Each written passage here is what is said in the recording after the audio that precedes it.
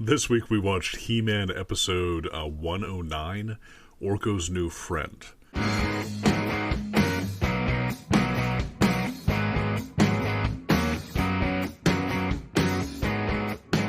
You're listening to Amazingly Terrible, a podcast that you can listen to.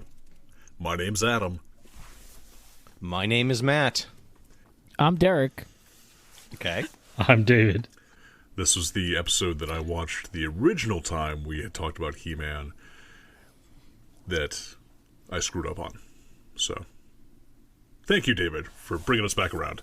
This is the episode He-Man Adam's Shame.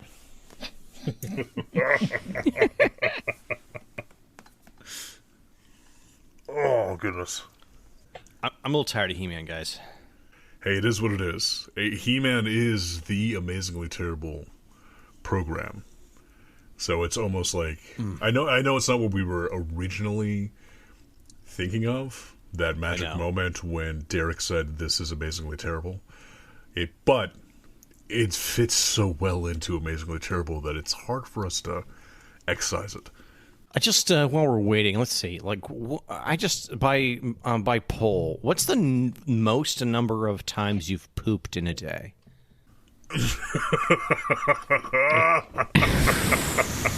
I'll start the bidding at 3. Do I hear a 3? Hold on, let me. I think we have to define poop. Like, are we saying? Oh yeah.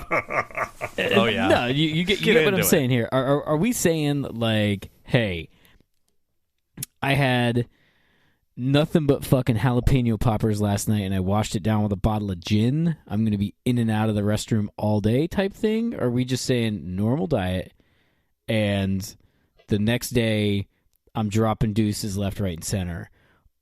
Also, are we talking about an adult? Because my child today took 3 shits in the span of 90 minutes. And I'm not talking like sharts. I'm talking shits. No, that's like not. Full-blown lock and load turd. Children have an unfair advantage in this department, so okay. I would say yes. Adults, right. I would say I would probably qualify it a little bit and say probably unexpectedly. Like, if you had a couple beers the night before, maybe I'll allow it. But yeah, let's say it's not accompanied by a hangover.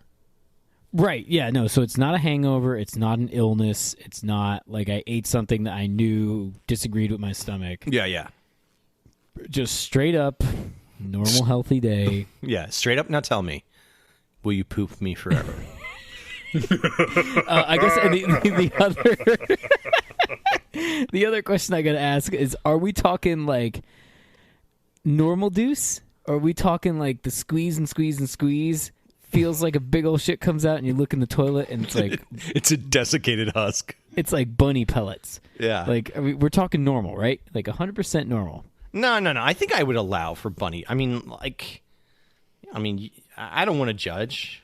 I will allow. I'll say like episodes of entry to the toilet with the full intention of expunging a deuce, despite the fact that you got a desiccated turdlet. I think the high end for me on a normal day would be 2. Well, okay. And that would be rare. And so I think to kind of answer your question of what would be considered a lot, I think 3. I'll agree with 3. So, you do recall that time frame in my life where I was diagnosed with an internal hemorrhoid? Oh no! You don't recall this? You don't remember me telling stories about a particular couple of days where I probably shat over a dozen times, and how I had to like physically like physically clench my butt cheeks together to like stop from pooping while I was walking because I had popped something internally that like was not working, so like I was bleeding from my colon at some point in time. And I was digesting the blood and then like pooping the blood out. You don't remember the story? I don't think that's what Matt was asking for. You know, I may have blocked it the fuck out. Yeah. Well, I could go into some more detail on this. So, Outback David, Steakhouse. tell us about your pooping story. I don't think I'd have to go with 2 as a max on a healthy day. All right. For me, for the max on a healthy day, like on a healthy day, normal poops, nothing crazy, 5. That would be like my max would be like 5. For me, 3 is like normal. Yeah. So I've done 5. I think we just have faster metabolisms than everybody else, Matt. Maybe. I mean, we're producers. What can I say? Much like these podcasts, we are producers. We produce award-winning podcasts and award-winning dookies. Award-winning? What award did we win? Yeah, I gave us an award. Oh, okay. Yeah. A self-award winning. Yeah. The award is just podcast. That there's nothing else attached to it. It's just a big to podcast. Yeah, it's just a giant 3-tiered award, like we've won a huge bowling trophy, but at the bottom it just says podcast.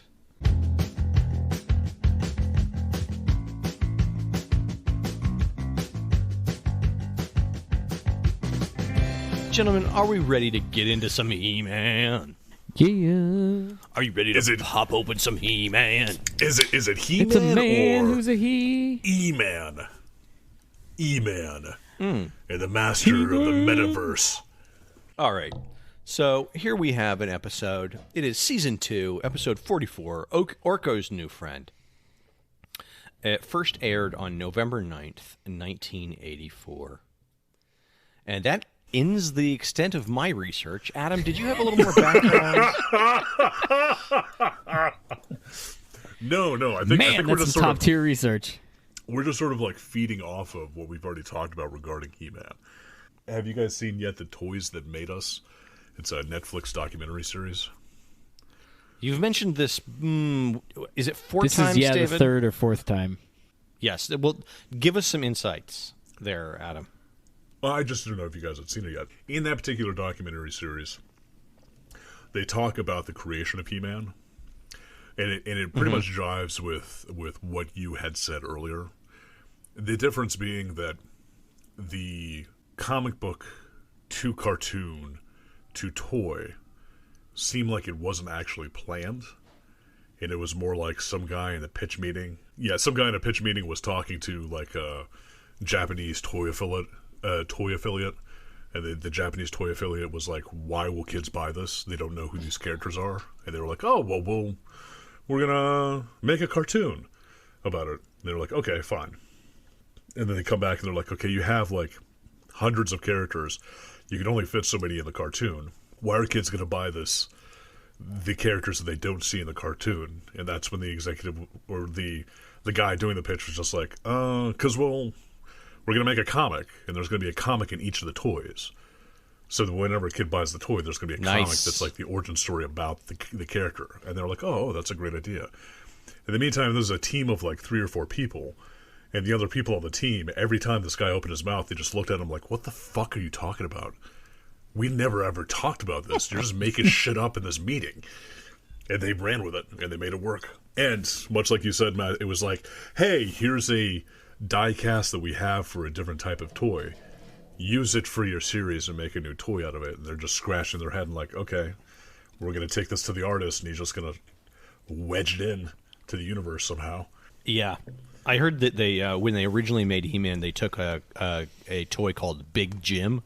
They used that as the base for like a resculpt to make He-Man. And so the original He-Man was more like 12 inches tall, which would be pretty cool. Yeah, but I think that those are expensive to make. I think that's the reason why the G.I. Joe went from the 12-incher down to like the, what was it, 3/4 inch or 5/4 inch figure. Was really just to save on material costs for making the doll action figure. Yeah, I think you're right. Okay, so the theme of this episode is lying, which is good because the first lie in this episode is the idea that it's an animation. Oh, I thought it was the title. I was going to say it's the title. That is the first line, Yeah. is the title. It's actually Orko's old friend, not new friend. Exactly. Right. It is. It's true. It's his old friend. Also, the idea that this is actually an animation, because this sets a new low for laziness in portraying motion on screen. It's just it's incredibly lazy.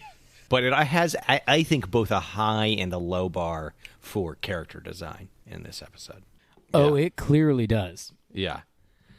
This is the reason why when I first watched this, the first time we were supposed to be doing He-Man, as soon as I finished watching it, I think the first note that I wrote down was, this is perfect for our podcast. This is perfect for Amazingly Terrible.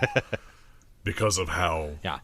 This is lazy the animators were, almost to the point where it was like a middle finger to whoever wrote this. Yeah. It was a real fuck you. And yet there are scenes where they really should have cheaped out. There was a ton of work, but they didn't, like the crowd scenes. Yeah. Which are always a huge pain in the butt.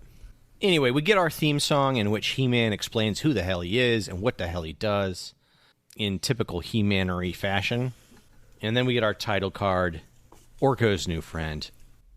We open with a soft muzak pan across Castle Eternia. And overall, the music in this episode is quite odd.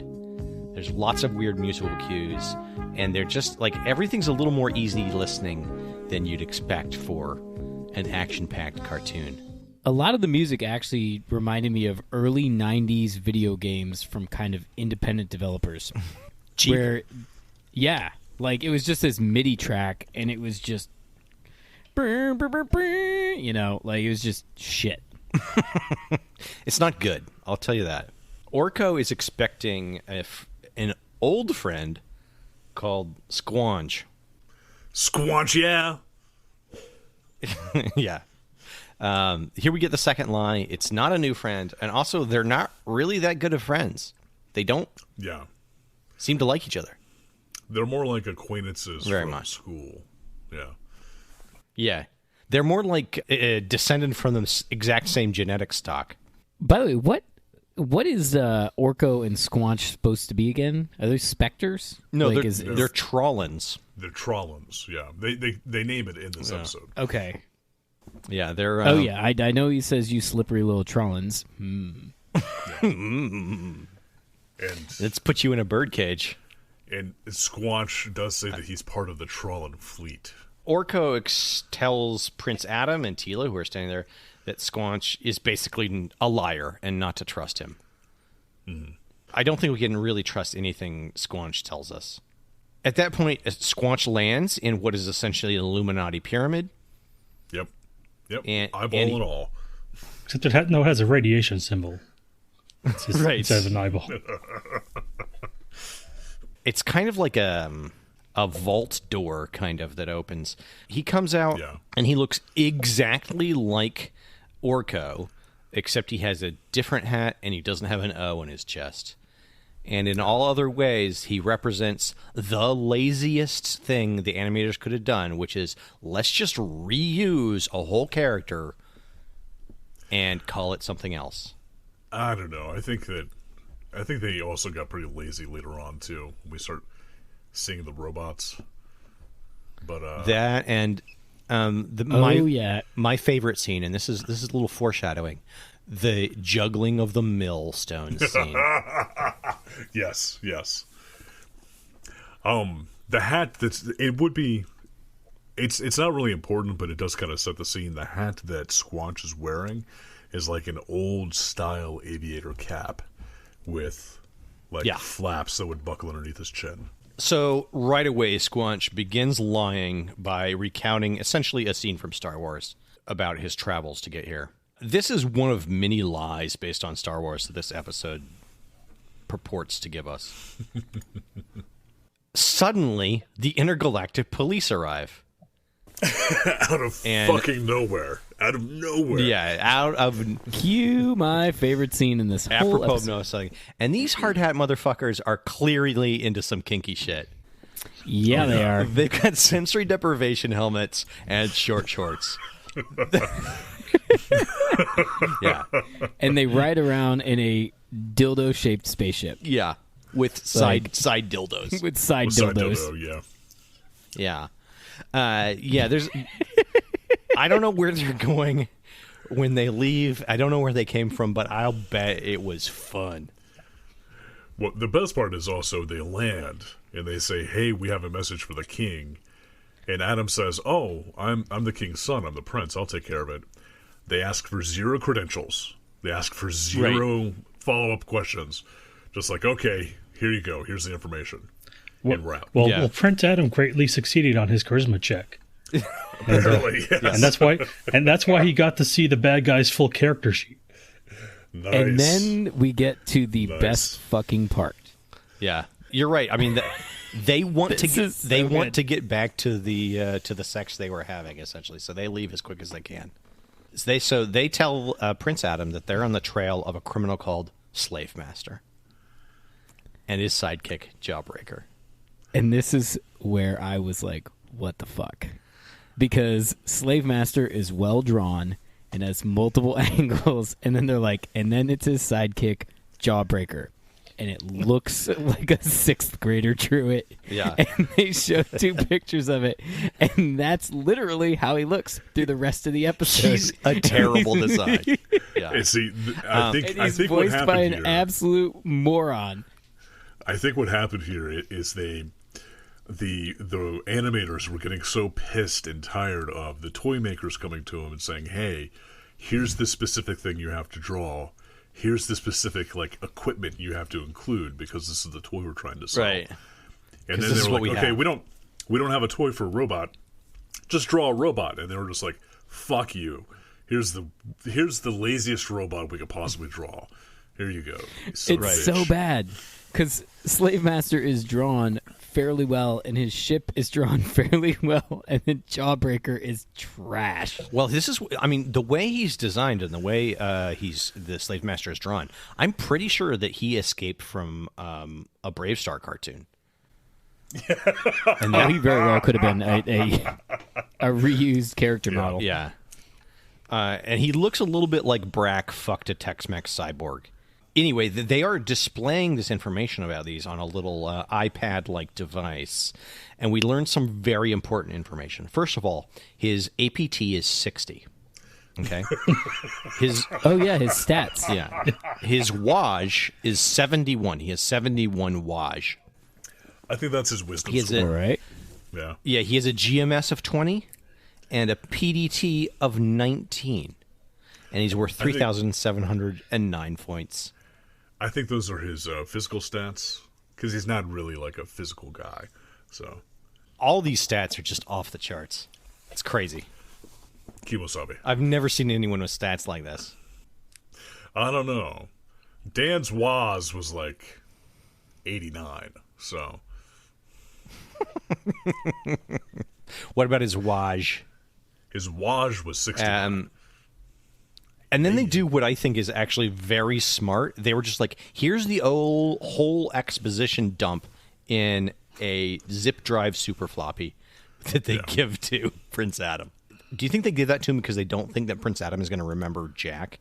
Yes, I think that's the case. Also, I think the zip floppy that they gave him actually has a tracking device on it that allows them to basically do this whole scrying thing that Skeletor does in the previous episodes that we've seen, just so that they could have something to watch while they're, doing their thing on the dildo ship.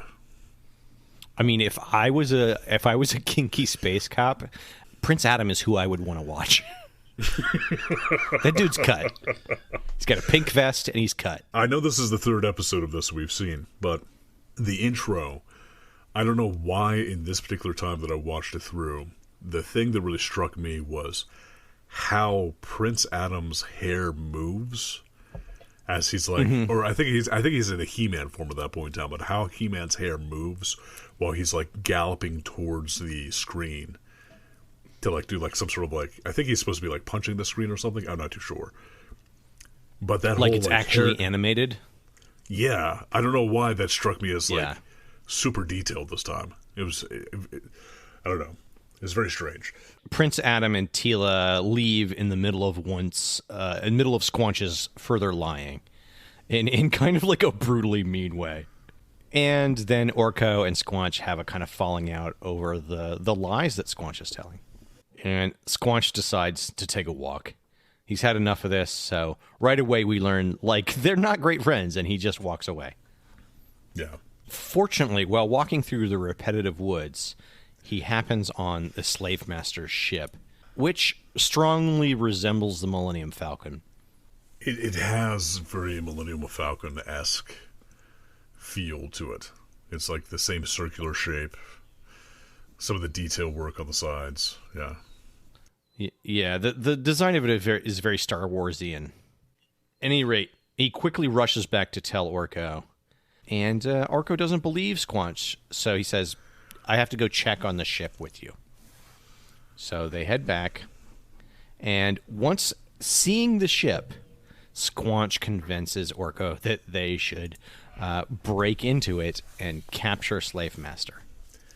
And that is exactly what Squanch says. And this is after Orko says, okay, we have to go back and get Tila and Prince Adam. We have to warn them so they can come and help. And Squanch says, why don't we go capture the slave master ourselves? There's air vents on the top of the ship. All we have to do is fly really high up and dive straight down into the vents, and then we get inside. And this is when Orko just shifts the cigar from the right side of his mouth back over to the left side of his mouth. Looks up from the zip drive he was looking at, glares at Squanch in the eye and says, Squanch, you're the craziest motherfucker I've ever met. And I like it. Let's do this thing. Yeah. And then it starts playing Fast and the Furious music. Right. He says, family. Family. It's all about family. So they do this. They go into the ship and they go through the air ducts. Why does a spaceship have air vents? Yes. And they look like windows too. Like they're not vent shaped or vent colored or vented. They go into a round opening into a square vent. Yeah. They didn't get the best HVAC contractor on that build. Well, I mean, this leads to the next scene where Slave Master's really complaining about the quality of the labor. Yeah, he really is. He's racist as shit, but yeah. So they come in, and this is my favorite line. Orko pushes down the duct and peeks his head, and he says, I wonder if there's anybody in here. Oh, no. It's a good line, but it's not the best. I'll trust you will point out the best when we get there. It's coming up. So they hear Slave Master talking to Jawbreaker. This is when we learn that they are kind of a dark mirror George and Lenny from Of Mice and Men. Oh, that's a great comparison because Jawbreaker is fucking stupid. Yes. Yeah, he talks like the red hair monster from Looney Tunes. Yes. Yeah. Yep. That he does. And I don't even think he's that. He just sounds stupid. He doesn't actually do anything that's that stupid. He just continuously. He walks terrible though. Like, does anybody notice that? Like, imagine like stand straight up, like fucking rod straight, and then do the like most minute squat you can while keeping your torso vertical. And then walking only with your legs. I can't believe you're making fun of a disabled robot this way. It's shameful. Listen, if you're a robot, you're not disabled. There are parts to repair you. I really think we could really review this like a ninth grade English class and look at this through the lens of Steinbeck's Of Mice and Men. That's actually honestly a great comparison. Like, fucking, he is Lenny. I don't think Lenny walked like that, but he's Lenny. Orko is the rabbit. Yeah. I think He-Man might be Curly's wife. I think He-Man is Curly's wife. I think so. Ooh, is that the one who breastfed? Oh, wait, no, I'm thinking Grave Sarath. Sorry. Yeah, you're mixing up your depression. I'm mixing up my Steinbeck. I'm sorry I'm too educated for you guys. Yeah, it's next question. It's rough. It's rough for you. Right. Yeah. I've always been more of a Faulkner man myself. T.S. Eliot. He goes on. Slave Master says that he wants the strongest creature on Eternia as a slave because all the other slaves are weak and pathetic, and we see them arranged in cages around Slave Master. So he's really running these fuckers down.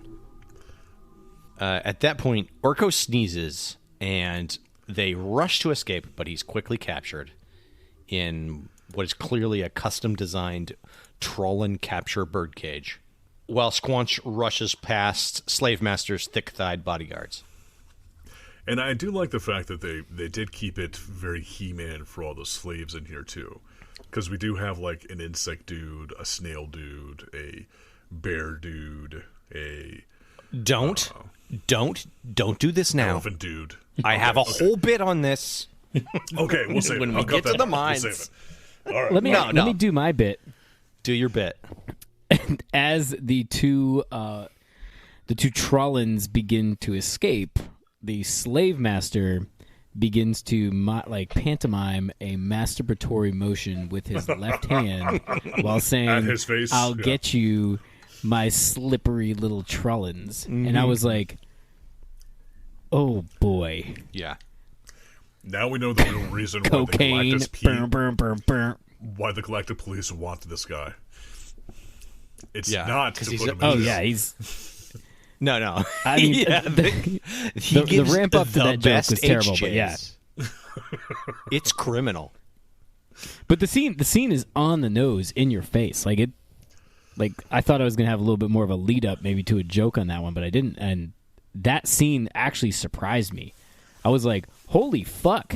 Like he's doing the jerk off motion while saying, "You slippery little Trollins." And I was Again, like, this is just the animators, like, having their fun.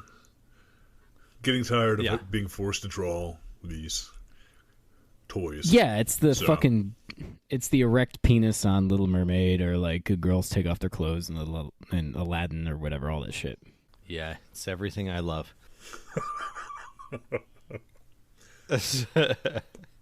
Prince Adam and Tila are just chilling with Man-at-Arms when Squanch arrives and relates that Orko has been captured. And this is the mystery of the entire episode. Because Man-at-Arms says, "I have been working on," and then Squanch comes in and interrupts him and starts making a big noise. I want to know what the fuck was Man-at-Arms working on. Was he developing doing in there? New technology to merge dimensions? Was he actually going through the motions to try to bring the one universe back into existence? Huh? Wow. Huh? I don't know. I couldn't say. We'll never know. Because of Squanch. Fucking Squanch. They disbelieve him for about 3 seconds and then are persuaded to follow him.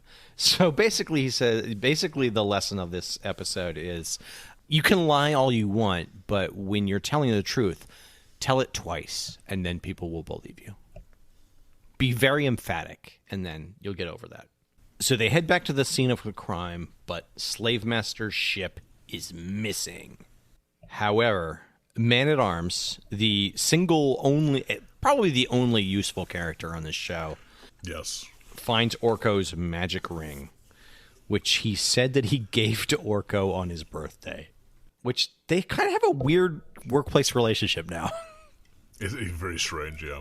Do you think that made it awkward between them? Like, Man-at-Arms got him like kind of an inappropriate gift, and Orko's like, thank you. And Orko just had, like, the card, like the generic Hallmark card. Yeah. Or he like, I got you 10% off our new wrench set. I got you this Bed Bath & Beyond coupon. You know they're good. Yeah. Anytime. You know they don't expire, right? Yeah. They'll always honor this. I got you a free extra fries at Cracker Barrel.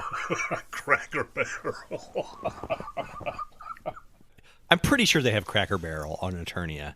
It would surprise me if they didn't. Yeah. You think that's the only mass market food chain that they have on Eternia? Or are there others? I think they also have Howard Johnson. You think, and a Sizzler. Howard Johnson, Cracker Barrel, a Sizzler. That's it. Is this the most Midwest hell fucking fast food restaurant list we can come up with? Yeah. And they don't have IHOP, they have Waffle House. You know, Waffle House is better than IHOP. Oh, I totally agree with you, but just, Yeah. it's not as nice. IHOP dresses it up a little bit, Yeah. It's not quite as clean. Like if I want everything fancy at Waffle fucking House is pancakes, I'll sticky. just go get. But man, when you're fucking hammered at 3 a.m, Oh yeah. Yeah, I'm not going to That hits the IHOP. spot. nothing hits harder than Waffle House. Yeah. That's when you're like midway through eating it, you just look up, like moment of realization. You're like, I'm gonna poop 5 times tomorrow. Only 2, only 2, and then my. I mean, you haven't lived if you haven't fallen asleep on the table at a Waffle House. All right, so we cut to Slave Master's mine. And Orko is demonstrating how useless he is as a miner or a slave, or in any way. Isn't he relatively useless at everything? Yes. I argue that Slave Master is just a really bad employer because he's just not utilizing the skill sets that each of his employees brings to bear. So instead of having Orko do magic shit or magic gems or minerals out of the earth, he forces him to use a pickaxe. Right. It's He just does bad. also... Just bad management is really what it comes down to. I kind of agree, because he does at one point say that the new slave, quote-unquote, isn't going to work out. Dude, he's a fucking slave. Like, you can't fire him. What are you going to do, work him to death faster? It would be funny if they just sort of let Orko go I mean, with maybe like a he's severance very package. progressive on Yeah. like employee management. I mean, he's clearly not. Yeah. But he also, I mean, he gave a performance evaluation for one of his slaves. He was like, "Hey, this slave isn't going to work." So, Right. I guess we'll give him a full severance package and send him off and be like, "Hey, good luck and slaved him somewhere else." As a credit to your assessment, there is that he does delegate very well. He does wind up like having one of his slaves go pick up other slaves. So at the very least, Well, you know. Jawbreaker. Yeah, I'm pretty sure Jawbreaker is a slave of his, though. Jawbreaker might not know Wow. it, Oh. but This is a whole new dimension. because I'm pretty sure Slave Master has the key fob for Jawbreaker, so he just has to like hit the button. Yeah. See, I was thinking since Slave Master looked sort of robotic himself, that this was a whole robots turning and making organics do all of the grunt work. Since he has a whole bunch of robots, it would obviously be much better at mining than these people. I'm getting a lot of Pizza Cat vibes. Yes, Pizza Cats, Samurai Pizza Cats. Yeah, they should have hired the Pizza Cat mining robots. But he does mention at some point in time later on about being behind on his deadline, like they're like behind on the mining deadline. So obviously, there's something that's causing him to have to mine within a certain time frame, and maybe that actually them both being robots could speak to that. Maybe they're trying to like mine enough mineral to be able to keep them running. But like, they actually feed. he's off like of it. he's like the entire economy. He's like the monopsony for slaves. Like he buys from himself That's to true. put the slaves to work in his own mine. Like there's no economy here. It's just him. He does delegate. He demands that Jawbreaker find him the strongest man on Eternia, which is pretty fucking cisnormative of him. You know, fuck you, Slave Master. Good point. Good point. Yeah, He's that's right. Definitely not. It's not your definitely slavery not that I reaching for object to. wokeness. Yeah. Yeah. Well, what is slavery during this time frame in Eternia, if not just internships for laborers? Yeah. Yep. I mean, I think we've already established that internships equal slavery. The end. Anyway, all through the mining scene, we see some amazing character designs, and I have come up with names for them. We have Nice, I like this. we have Loincloth Care Bear. There was a couple of Japanese underwear people in there. Yeah. I don't mean Japanese, like samurai underwear, if that makes sense. Yeah, Like sumo wrestler underwear. Like sumo wrestler diapers. Yeah. Yeah, No. yeah, like definitely a long strip of cloth wrapped around the Guchidal region. Guchidal region. Yeah, that's a traditional Japanese prefecture. The Guchidal region. Yeah, they have incredible ramen in the Guchidal, Yeah. Anyways. It's a little gamey. Kind of. What were you calling him, Adam? I was calling him the Were Care Bear. Yes, that's good. He's pretty fit. Oh, yeah. Well, I mean, he's been digging in a mine all day. Then we've got Larva Face. Yep. That's a good bad one. Haircut porcupine. Ooh, the nice. Grinch who stole meth.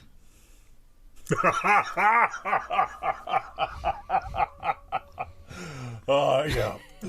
He's also very sad, but I think the Grinch he's really is sad himself, and I think that it's Walter Grinch White. Grinch Walter, White. Yeah. I like that. Yeah. The Grinch who knocks. Ooh, the Grinch who knocks. Yes. Yeah. Then we have somehow racist Elephant Man. Yes. Effeminate Jackhammer Ghoul. You think he's effeminate? I don't know. Escape from the planet of the Bushel-Bees. And then Sexy Drumstick. Is that Orko? Sexy drumstick. No, that's like the chicken ladies. They show up in a couple scenes. But we also have the single greatest character in He-Man history ever. That is butt-mouth emaciated snail man with a laser cutter.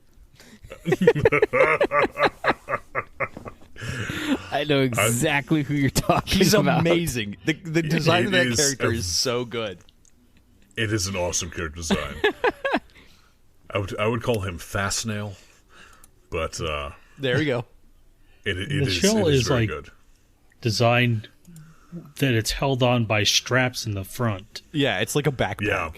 Yeah, it's like a giant backpack. Yeah. And I love that it's clearly designed like those toy backpacks for 80s action figures, that it's like a snap-on black backpack. There are like it like clips onto his shoulders. Anyway, I started calling him the Beamy Smee. Butt-mouth emaciated snail man with laser cutter. The Beanie Smee. I like that. We cut away from the mine to find He-Man, Men-at-Arms, Tila, and Squanch. They're putting on a strongman show. And in this show, He-Man does various feats of strength, including juggling millstones. Which each weigh 1 ton. Yes. In a scene that is the embodiment of the triumph of capitalism over artistic integrity. He starts juggling these millstones by waving his hands in the air, and at a certain point he maintains the same pose, but he just stops waving his hands and the millstones just fall to the ground. And it's so incredibly lazy. It's breathtaking. It's pretty bad. Now, in all fairness though, how difficult is it to draw somebody juggling? I mean, you would know better than any of us. So, I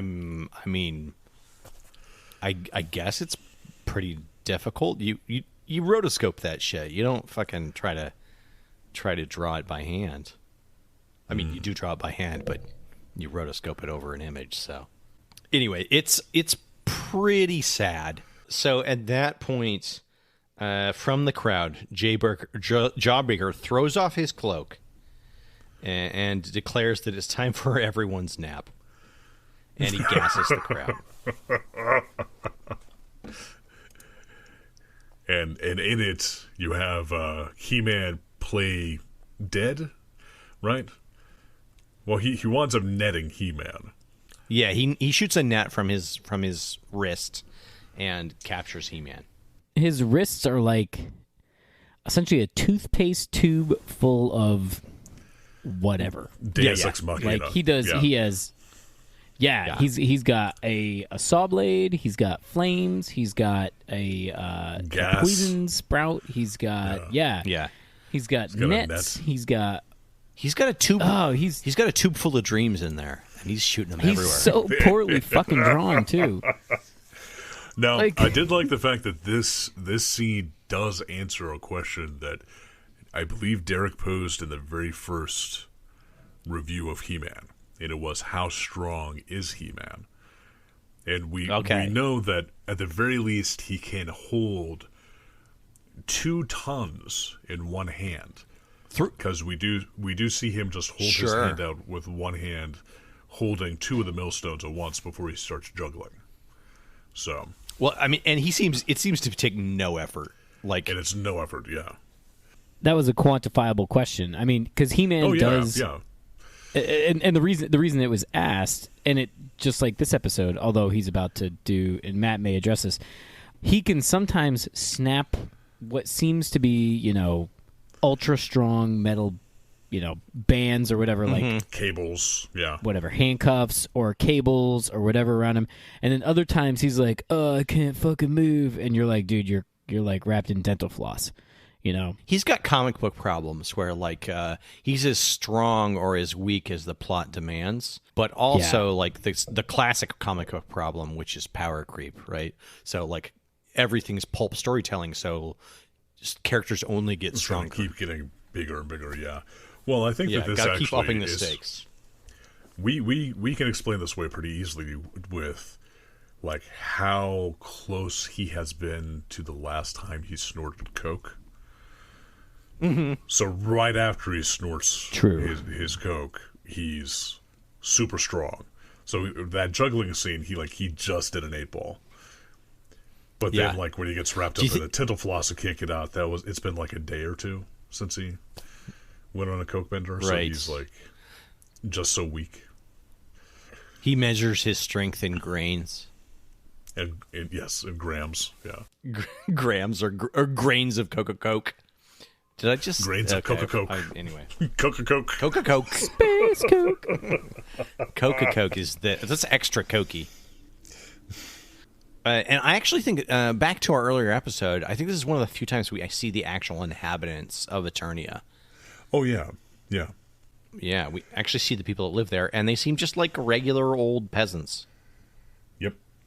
We get to see both, like, the people that live in the villages, and then we also get the chance to see all the slaves that the slave master has. Yes. And the question then becomes, are the slaves that the slave master has captured, are they actually just from Eternia, or are they from other parts of the galaxy and brought to Eternia to do the big mining operation?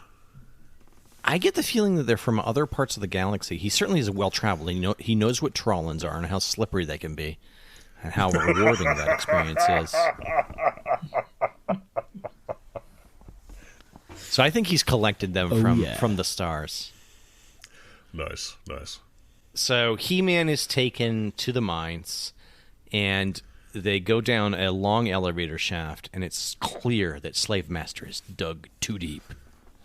And this place really looks like one of the Dwemer dungeons from Skyrim. Mm-hmm. It definitely actually looks kind of cool. And this mine exists underneath where the ship has landed. Now, keep in mind the ship has actually moved to a new location now. So this entire underground complex would have to have been built within like less than a day. Or unless like the complex is so huge there are multiple entrances and exits. I could see that. He just sort of parks over the different entrance at different times. Yeah, I can see that. Yeah. Shoots his slaves down in a tube and then sucks them back up when they're done. Yeah, he just has like the little pneumatic tubes that you have at the bank. Yeah. Yeah. Yep. And this is when we also first see... This is the scene, right, where we first see the slave master's throne? Yeah, very briefly. Yeah. He meets Slave Master super short. We see he's flanked by sexy drumsticks. Mm. And and he's quickly thrown into the mine with Orko. Now, keep in mind, the entire time, He-Man is working on his Tight Five. He's actually, like, trying to do comedy the whole time. Just being, like, you think so? Snarky. Being a little snarky, being a little, like, you know, trying to, like, undermine by, like, cracking jokes here and there. And he's, like, pissing off Jawbreaker and Slave Master. And they're like, oh, we're going to break you or whatever. And he's like, oh, sounds like fun. Let's do this thing. Yeah, he has some witty retorts. I mean, they're neither witty nor really retorts, but there are things that he says. And it's almost like he's trying to prove that he's not a slave sort of thing, or he's not going to be broken or whatever. So Right, yeah. And he proves that fairly quickly. He wastes no time in rebelling. And while the other slaves watch blankly, he snaps his bonds and fights and defeats Jawbreaker. now here's the thing that I don't understand. Yes. Why the fuck did they not take away his sword? His sword? They just left the sword strapped to his fucking back. And he barely uses it. In the last couple episodes that we've watched of He-Man, they do the exact same thing. He's tied up with his sword on his back, and then he like busts out of it, and he doesn't go, oh, hey, I've got the sword with the power of Castle Grayskull that can like chop fighter jets in half. No, he's just like, I do cocaine with a sweet haircut. Yeah. I mean, I think it's probably because they just, like, they're very realistic, and they look at that and they're like, you'll never be able to draw that sword off your back. The physics of it simply don't work. And also, look how thick that sword is. You can't even cut anything with it. It's just going to, like, bounce off anything you try to swing at. Well, here's a question I have, and I don't know about this in, like, the mythology of the show. If He-Man is separated from the sword, does he revert back into Prince Adam? Is, like, his power contingent upon the sword? Well, we talked about this last time. That's a good question. We talked about this last time. There really is no difference. And it's just him doing a shit ton of cocaine and ripping his shirt off. Like, there's not... Prince Adam is fucking ripped. So... Well, yeah, dude, you don't gain fat when you do all that much cocaine. Oh, man, that's what I've been doing wrong. So you think that... Like, I mean, Homeboy hits the gym on the reg, right? But he can also eat and drink whatever he wants because of a constantly regulated diet of white powder uppers. Yeah. Yeah, some sort of amphetamine. Yeah, there's no fat on his body. I mean, do it you is true. think that the sword that he's carrying around then, do you think that's just a prop? Like it's actually like a rubber sword or a wooden sword? And that's the reason why nobody takes it from him, is just because they're like, oh, it's like it's a piece of garbage you have strapped to your back. Whatever, who cares? You know what it is? It's one of those dipsticks from when you used to get like that powder candy, and they would have the candy stick. But it's just the pure cocaine. Yeah, the dip and lick. But the stick itself is just pure compressed cocaine. Just picturing him like trying to snort the whole sword. It's like just trying to like shove it up his nose. No. He licks it. That's how he keeps it sharp. Nice. Orko helps out a bit with some magic, and he douses Jawbreaker's flamethrower arm. And and I feel like this is some pretty powerful magic that he's doing, because it's actually like transmuting. It's conjuring and transmuting a bunch of like different elements. So he conjures a giant pot of water to dump on top of Jawbreaker, and then later on he transmutes Jawbreaker's gun into like a toy. That's true. And this is one of the few times when Orko's magic does not backfire or go wrong in some way. Mm-hmm. Anyway, He-Man ties up Jawbreaker with a pickaxe shaft that he bends around his arms, and he frees the slaves, who finally, like, basically at that point they are animated, whereas before they were simply standing background, blankly staring. Yeah. Mm-hmm. And I do like the fact that we do get a kobold in here too, suddenly. There's a slave, Yes, like lizard randomly. man that looks like a little kobold. And he rushes to confront Slave Master. He quickly beats the thick-thighed body bots and smashes Slave Master's motorized wheelchair, rendering Slave Master defeated. Now, at what point does he pick up the stone ground and whip it like it's a carpet? That's the first thing he does. Yeah, that's what he does against the thick-thighed robots that are coming after him.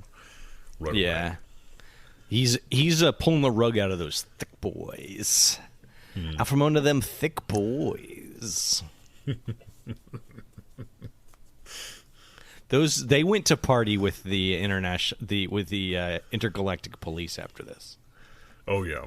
You know those bots have an all-night setting where they just pound all night. Oh, yeah. Well, this leads me to, like, the punishment part of this whole ordeal, where they stand in front of the sorceress to do, like, the verdict. Yes. Do you mean the part where she feeds all of the slaves and Slave Master and Jawbreaker into a dismemberment field that renders them into atoms and just calls it justice? I like to think that it actually it compresses them all into one single diamond. Ooh, nice. But no, the audio that they have here is that the sorceress determines that the slave master should go home to face his punishment. Mm-hmm. So it's supposed to be like a dimensional doorway that sends everybody home. And I was just like, why the fuck are you sending him home? Why don't you, like, he committed the crime here in Eternia. Why don't you just, like, freeze him in carbonite and then launch him into space, or, like, keep him in the back room somewhere and then reprogram Jawbreaker to be like a nanny or like an au pair or something. Because I think he'd be really good with taking care of kids. He's got the dream pipes on him. The kid just be like, I want mac and cheese. Yeah. And there's mac and cheese for you, kid. Oh, really? I was thinking the kid would be like, I want mac and cheese, and he just shoves the gas emitter into the kid's mouth. Right to sleep, you little bitch. It's time for your nap. Nice. It's always time for my nap. Nice. I think that the sorceress fucking tells everybody, oh yeah, I sent them all home, but she just fucking fed them into the matrix of lasers that rendered them to atoms. Just slices them into pieces. Yeah, it's like putting them into a transporter field and then like not reforming them afterwards, just letting them spread out into the universe. So then we get a scene where Squanch leaves. At first feels like he's learned his lesson, that he shouldn't lie all the time. And then he jokes about all the telltales he's going to tell. And then he says, I'm joking. In between there, he does say something about how like he's the best pilot for the Trellin fleet. Somewhere in there. I think that's the joke part. Well, and you can't see it, but I'm doing air quotes. Yes. But was the joke that he was in the fleet, or was the joke that he was the best pilot of the fleet? That's all of his lies seem to be references to Star Wars. So I assume he's like referencing that Luke Skywalker is the best pilot in the Rebel fleet. I thought that Biggs was the best pilot in the Rebel fleet. And that Luke Skywalker just happened to use the Force at the right time. Oh, you think that's Biggs, it? Yeah, because Biggs was the one that was able to thread the needle back at such and such canyon on Tel Aviv. No, no. That was. Did he hit swamp rats? Womp rats. Womp rats. Was he slamming those womp rats the way Luke does? He was just slam jamming those womp rats right into each other. I believe the term was bullseyeing the womp rats. Oh yeah, I would bullseye a womp rat. Yeah. Yep.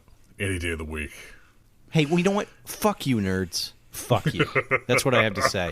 I'm not talking to you guys, my fellow. I'm talking to our listeners. You like Star Wars? You bitch ass listeners. Fuck you. Boba Fett. So we get the coda, the moral, in which Orko says that Squanch made up stories to feel important. 'Cause he's a bitch. He learned that we're all important, which is a fucking lie. None of us are important. Tell lies, kids. Do drugs. Do whatever the fuck you want. Don't follow the advice of Tila or Orko or Man-at-Arms. Follow the fucking advice of Hammerman. And have a fucking backup plan for your life. You're not special. Everybody's got the same skills you do. Yeah, get an MBA. Do it. You ever seen the meme that has the picture of our galaxy? And there's an arrow pointing to some random spot in the galaxy, and that this is you crying, jerking off in the shower? Yeah. That's all that matters. Wow, that's uplifting.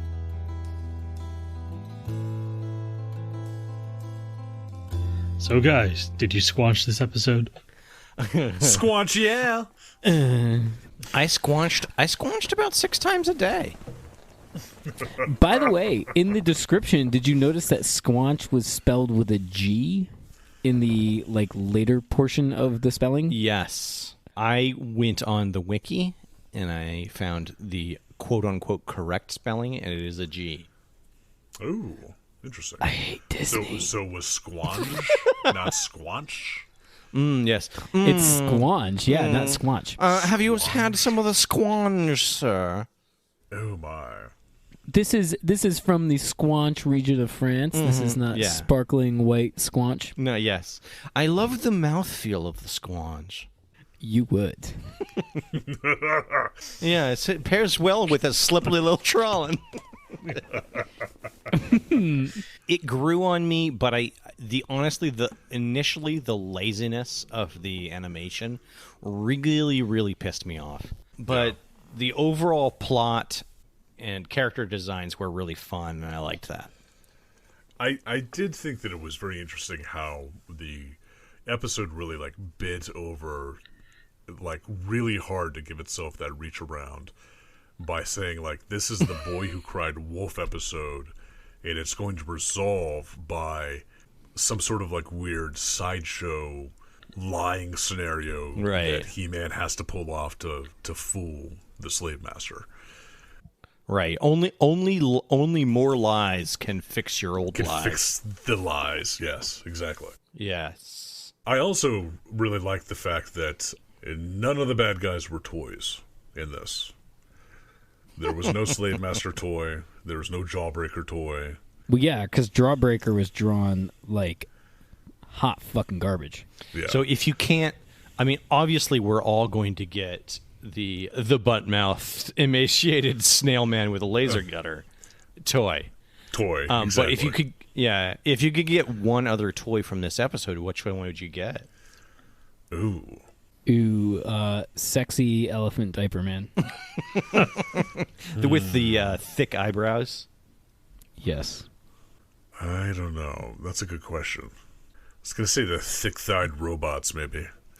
Just because that's my pick. There's just the fact that they did not skip leg day ever. Every day is leg day. Absolutely for those guys. not. And I like that, they're robots on the top and party boys on the bottom. And full chads on the bottom. Yeah. Yep. Yeah. Yes, love it. I'm picturing the radiation pyramid ship as some sort of coin bank. Oh, nice. Ooh, that'd be pretty cool. Yeah. That'd be pretty cool. You could it's one of those ones where the radiation is where you put the coin in and it's it slides down inside. Yeah, maybe it's one of those ones that sorts them. Ooh, yes. It sorts them. That'd be cool. Yeah. Yeah. If I can get a set of them, a whole bunch of them, I'd go with the Galactic Police also. Just so I could have a little army of dildo men or men that like dildos. Yeah, your little fuckboy army. Yeah, a little fuckboy army would be nice. With the antennae and everything. Yeah. Oh yeah. Yeah. But of course the first one would be that fucking snail. That I really do think, honest to goodness, all stupid jokes and perversions aside, I feel like that would have been a pretty cool toy to have. I want that toy. I really. Yeah. He was super fucking cool. The Be Me is my toy for sure. Because I mean, think about you could like put stuff in his little snail backpack. It would probably detach, and there'd be stuff in there you could put in. Probably you could store his laser gun in there. You can store all the other accessories that keep getting lost. Yeah, the methed up Grinch probably like he's stuffed in there, and it's 2 toys in one. I'm just gonna say it would be pretty cool. Toys and drugs. If the snail man actually kind of like folded up so you can like tuck him into the shell. Ooh, like he was an actual snail sometime. Ooh, or he could become a snail.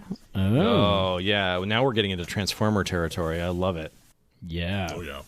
Beast Wars. Derek, how did you feel about this episode? So, I think He-Man is honestly the kind of embodiment of amazingly terrible. Like it really is. You know, I watched this episode and there's a lot of it that I was like, wow, this is fucking garbage TV. And then a lot of it that I was like, wow, this is actually highly entertaining. I think this episode had a better story than any of the other He-Mans that we watched. I agree. Like it was a story about morals and something that you would show to kids. Like, hey, don't, you know, because little kids are going to tell you fucking all kinds of nonsense. And it was like, hey, don't exaggerate. And the nice thing that they did in this episode is they did not say lie. You know, they said he likes to tell stories. What was the original thing on Squanch? He has an active imagination. Yeah, thank you. Yeah. Like, it was not like, oh, he's a liar. So it was never making him out to be a bad guy. So in that sense, I thought it was actually very nice and very well presented. But then in the standard He-Man nonsense, I'm like, oh, God. Like, this is awful. So, yeah. I don't know. I'm every time we watch He-Man, I'm torn. I can see why He-Man, put it this way, I can see why He-Man has essentially a cultural icon place in kind of our nerd existence and honestly like our, you know, just kind of mainstream existence. Like, yeah, these cartoons weren't great by any means, but that one was actually, I hate to say it, pretty good. There was enough story here that it was interesting. But do you like He-Man? I sort of hate him. He's like a real smarmy jackass this episode. Yeah. I don't like his character. Yeah. Like, I will absolutely 100%. I don't understand how they fucking created this guy to be a hero. Like, he's like you said, he's kind of a full of himself prince, and then he becomes this, like, you know, he's the master of the universe. He is He-Man. And the motherfucker doesn't even use his sword. Like, if I was the He-Man running around in leather underpants and some BDSM rig with a sword that I can yell, Power of Castle Grayskull, and shoot, like, dick lasers out of, guess what I'm doing? I'm fucking up all the bad guys. No, he just sucks. He just sucks on all the levels. Yeah, it sickens me that he's not more violent. To my core. Well, I mean, it's a children's cartoon. He doesn't have to be violent, but he has to be like a hero. Yeah, I think every episode that we've seen with He-Man in it, he gets captured at least at some point, and not to go with the whole former president. Like, I don't like people who got captured, like, which is bullshit. But maybe you shouldn't have your hero get captured in every episode. It's just me. I agree with you that he seems to have limited storytelling potential. Yeah, no, limited. You mean zero? Well, that's what you were saying with like the comic book problem, the fact that like they essentially made him an invincible character. So, how do you create stakes for an invincible character? You have some sort of interdimensional robot tie him up and threaten to bone him with Skeletor's staff. You know, I don't know. Well, I think what happens is it's not really about him. It's about all the supporting characters. Yeah, and he just comes in to save the day. But he never really truly saves the day. That's my whole point. Is like, He-Man is the most useless superhero cartoon character we've seen. Wow, strong words. Like, Strong what did he do? words. What did he do in this episode? He broke a couple fucking sets of handcuffs. Yeah, Well, just property well, damage. The best kind of damage. I mean, that's seriously what he did. And the thing about this particular episode, like talking about the attitudes and everything, is at 0 points, at absolutely no point during this entire episode was He-Man concerned about anything. He was just sort of like lazily going through the motions, like trying to work on his bits and like make fun of people or make fun of the situation, acting like a real smarmy jackass, like you guys were saying. But like at no point in time was he like, did he move with any type of like intentionality? At no point in time was he like, ooh, this is an emergency that I need to like react to. At no point in time was he concerned about Orko's life at all, really. And it seemed like him capturing the slave master was just sort of like a thing to do, not like, oh shit, I gotta get this guy off of Eternia because it's putting my people at risk. He-Man's dead inside. I think he is. Yeah. Well, maybe he's just like at the bottom of a coke hole, you know? Maybe he just has like done way too much blow at this point in time. And he just like can't feel anything. Well, I do think it is a problem that he started off perfect and he has no character development at all. Like, I would be much more interested in him if he like learned things and learned lessons and grew as a person. But he's perfect, so he's just a foil for resolving the plot. Yeah. David, what did you think of this episode?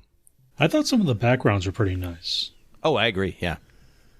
Like the forest had really interestingly designed trees. The original opening scene with Castle Eternia, the architecture was very like angular and interesting. Yeah, they also did these like kind of cool overhead shots where the perspective sort of changed in a not realistic way, but it looked really neat. They did that like when you were looking down on Slave Master's ship and when you're looking into the mine caves and you were kind of panning across it. There's a huge amount of depth in those drawings. They were really nice. I like it. Well, I don't. Well, who cares what you don't like? I care. So, do we want to keep this show on the list? Oof, I'm torn, guys. I do have to say real quick. I'm torn like Derek's butthole. Before we get to this part, I do want to say... it's not my butthole. It's the slippery little drawings. I do want to say that I fucking love this episode of He-Man. Of all the He-Man, this is the fucking one. No Skeletor. Yeah. No normal bad guys in it. We have to deal with like this B-rated, third-rate bad guy that just sort of shows up out of nowhere.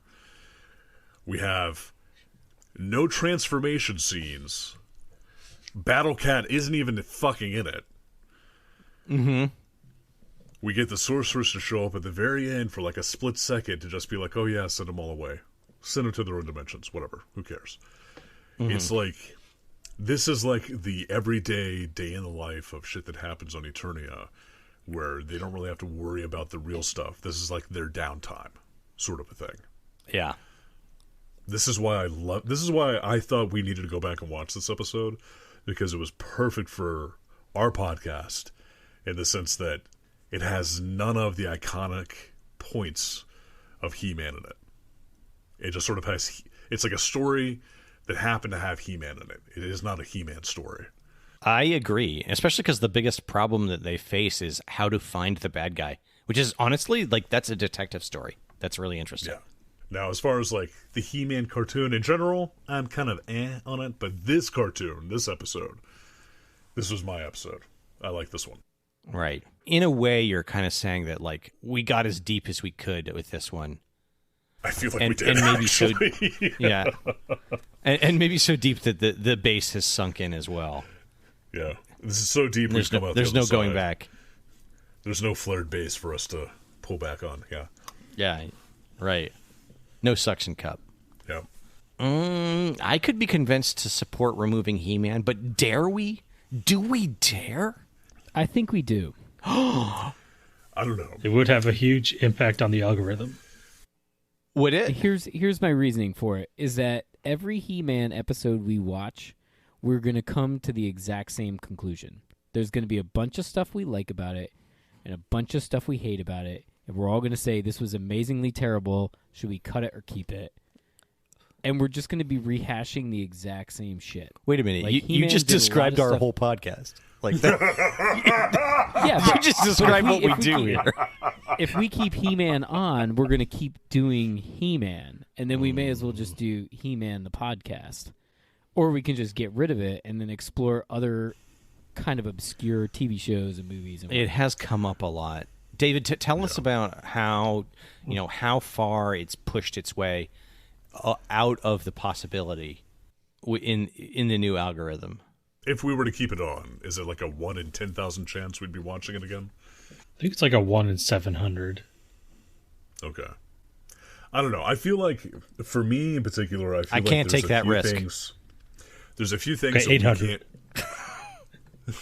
There's a few things that we haven't really seen, like, in depth on about it. We haven't really seen character development for Battle Cat. We haven't really seen... we haven't really seen, like, Tila and Chucklefuts, the Prince Adam Man-at-Arms. Yeah. Well, we also haven't seen, like Man-at-Arms or, like, stuff that's gone on with them. I feel like the very first episode that we watched was all about character development for Skeletor. But I feel like the second episode we watched was the Christmas episode, and I actually feel like that was a little bit more about She-Ra than it was about He-Man. Yeah, well, we talked about how it really damaged the series, the whole property. And now we've seen an episode where it's a little bit more focused on Orko. So, I don't know. I'm going to try to keep it. I'm saying keep it. I feel like there's a lot more characters to see here. I feel there's like a lot more opportunities for us to be able to see a beefy man in fur thongs. Riding a green cat. A beefy no pants. Beefy no pants man. Yeah. So I'm saying keep it. Yeah. All right. Fine. I think we should keep it, like I said, for the algorithm. I'm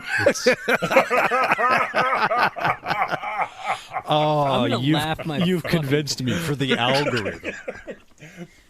For the algorithm. We're gonna be like tonight. We're gonna roll some shit. Whatever. Next week, we're gonna roll some shit, and it's gonna be fucking He-Man. And I'm gonna be over here like, I fucking told you so. I know.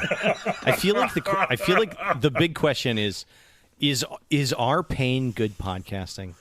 I feel like, but see, that's the thing like is this isn't really like, that's my whole argument against He-Man is this is actually not pain. Like I think we all enjoy He-Man. We recognize why it's campy in its early 80s, late 70s. Lots of cocaine, fucking shitty when it's shitty, but great when it's great, and it's good and it's bad and it's all the in between. But you know what? We love it. That's why I want to get rid of it. I feel like it is pain, though. But I feel like it is. You convinced me. What a speech. I feel like it's BDSM is really what it is. I feel like it's that kinky type of pain. That like it's so painful that it's actually so pleasurable. Good. Yeah. No, but like the entire time you're fucking wrapped up in the sex swing, like you love it. Like I hate this and I love it at the same time, and it just God.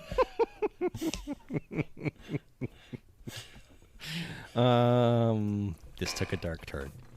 Man, Matt, did I win you back with my BDSM comment? I don't need to say something else to win you back. I'm back. No, we can. I'm back on board. We can keep it, but I will continue to vote to get rid of it, not because I dislike it, but just because I think it's going to be. Every time we do one of these, it's going to be a carbon copy of the last time we did. I don't know, man. We've done 3, and you know what? I still think we're extracting horror from it. Yeah, I think so. I'm too. sorry. I meant jokes. All right, leave it. It's like that whole Method Man, like hitting you with the spiked bat in the nuts. Fucking love it. Anyway, because Mike's not here, I just have to say that all the scenes with Tila, she looks pretty banging. She's really throwing those hips out. What's funny is my original notes for this episode. Yeah, my first the notes that I had the first time I watched this episode, I actually wrote a whole paragraph about the sorceress and about how I forgot how hot the sorceress was. Yeah, because I mean, like, just the way that Tila's standing, that girl's got scoliosis. She's throwing her hips out so much. Tell me about what you dig about the sorceress, because she shows up for like literally 2 seconds in this episode. I really think that, and by honestly, literally, I mean literally. Yeah, she's in it for like half a second. I really think that it was like her outfit, like the feathered outfit designed to look almost like lingerie. She's also like a platinum blonde, which is not sort of like my usual taste, I guess you should say. Is she a platinum blonde, or does she have like a feathered headdress thing? I think it's supposed to be a feathered headdress, but it translates in my like lizard brain prehistoric mind. It translates into like being a platinum blonde. So she goes under platinum in the Spankadex, and she's like very curvy, very like waif like and light and thin. It really like a number of things that isn't like who I'm normally attracted to in real life, but for whatever reason, like when I saw this, I was like, oh yeah, when I was a kid, I had like a crush on the sorceress. Wow. And also, probably the main thing is she's a woman in a position of authority with unknown powers that actually affect the people around them. So, yeah, we all know what your fetish is. Slippery little trolls.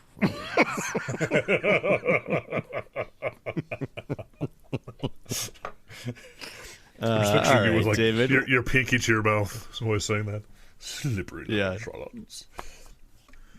David, what is our next segment? Yes. All right, let's do some redemption. Let's do it. All right.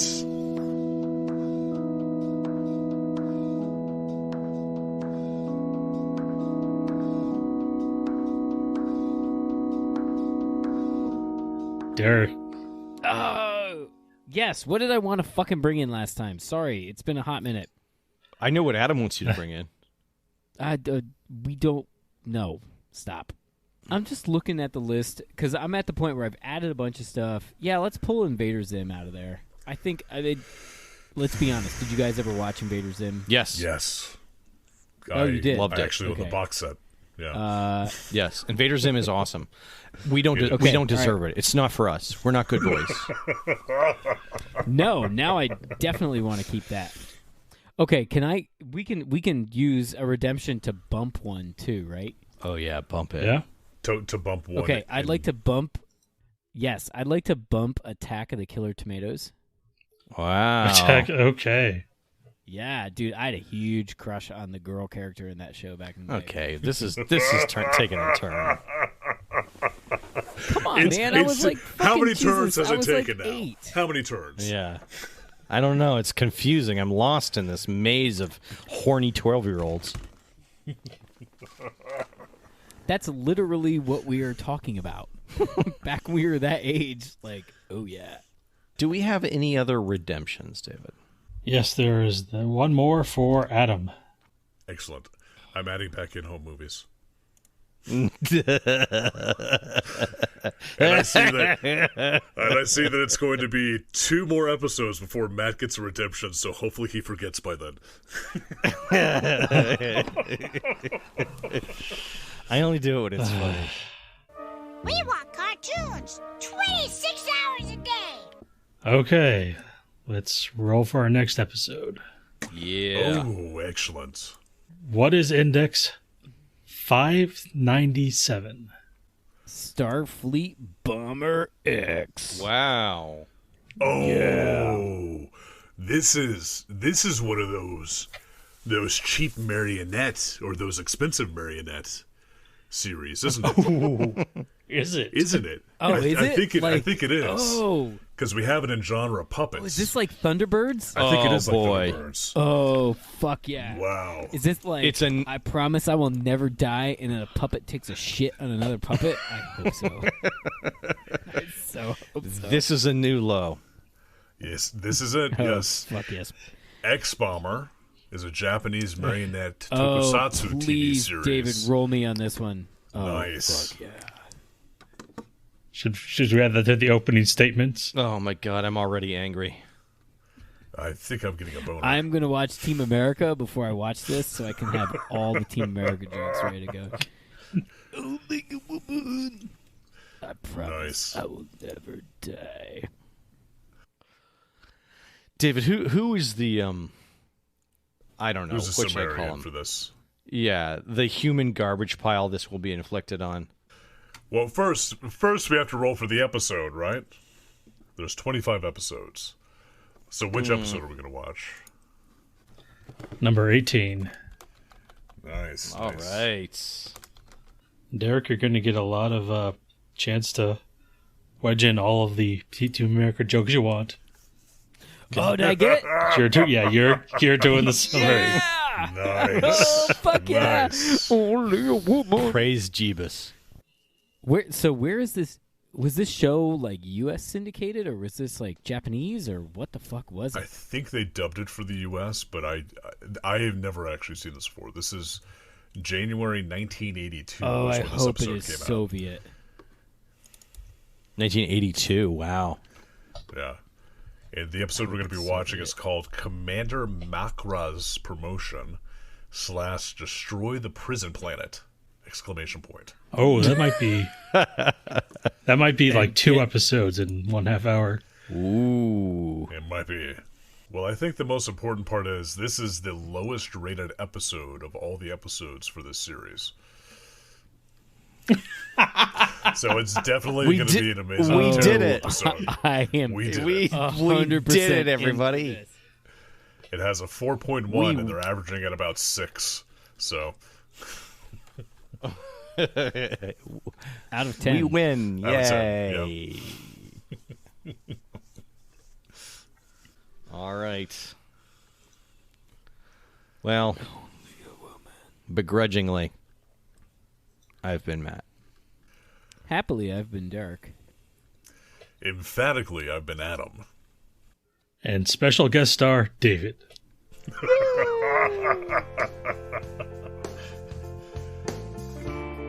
Amazingly Terrible is produced by David and Adam. Music by Josh Woodward. Send your email to monotonouslyterrific@amazinglyterrible.com.